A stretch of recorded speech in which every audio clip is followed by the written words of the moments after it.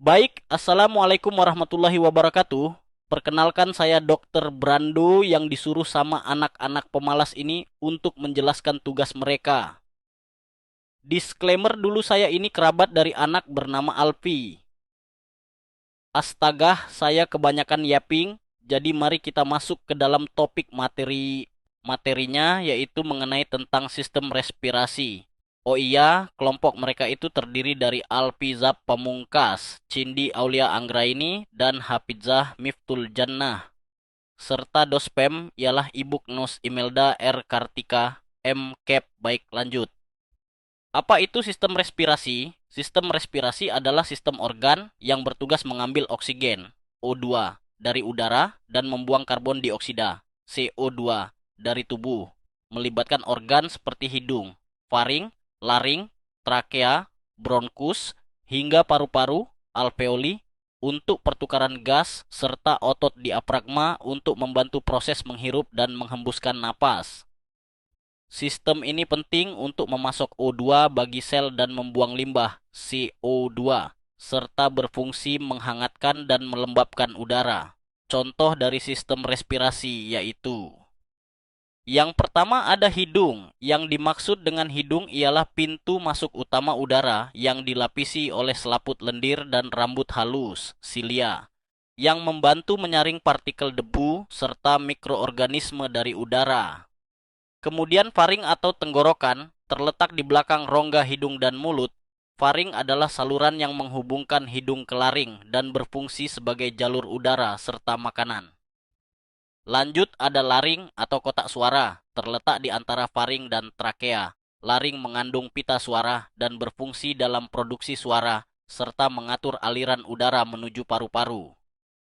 Lanjut ada trakea atau batang tenggorokan, saluran berbentuk tabung yang menghubungkan laring dengan bronkus.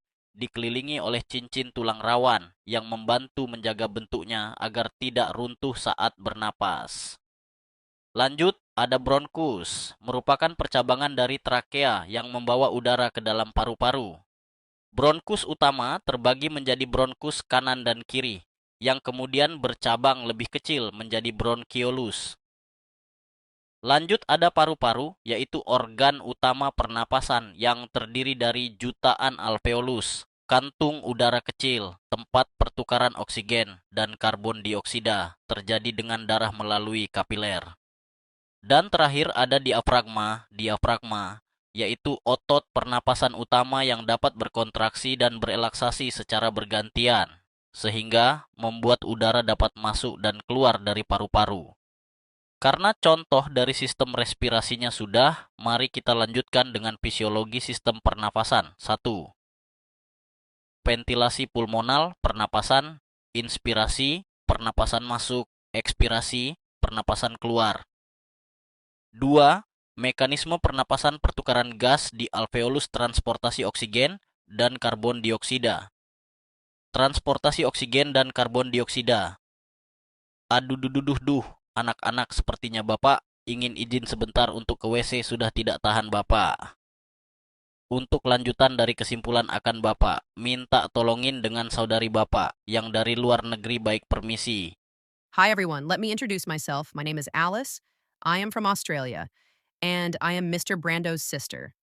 I was asked to explain the conclusion, so without further delay, let's take a look.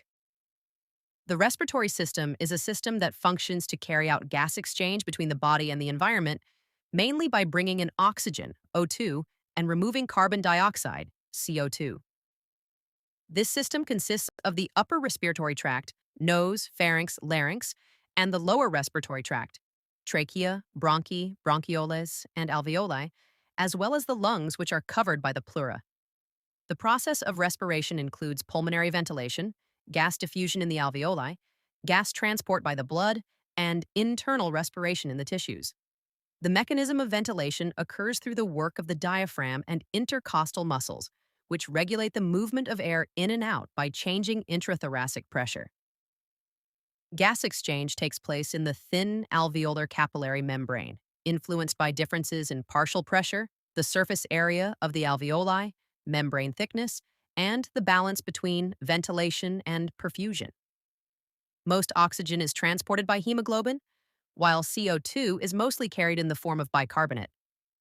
Respiratory regulation is controlled by the respiratory centers in the medulla and pons, with an increase in CO2 levels as the main stimulus. Lung volume and capacity can be measured, can be. Ah, segarnyo. Gimana anak-anak, apakah sudah mengerti apa yang saudari Bapak katakan?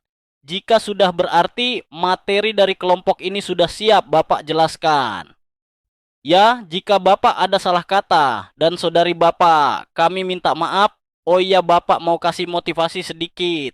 Woi jingan, lu jangan malas-malasan buat kuliah. Ntar kalau lu malasan percuma, orang tua lu bayarin kuliah mahal-mahal. Apa nggak nangis orang tua lu? Nanti lihat anaknya yang tidur di kelas, sedangkan mereka susah payah cari uang. Baik, segitu saja motivasi Bapak. Oh ya, untuk Ibu dosen saya ucapkan terima kasih. Sebelumnya sudah membiarkan saya untuk menjelaskan presentasi anak pemalas ini. Hehehe.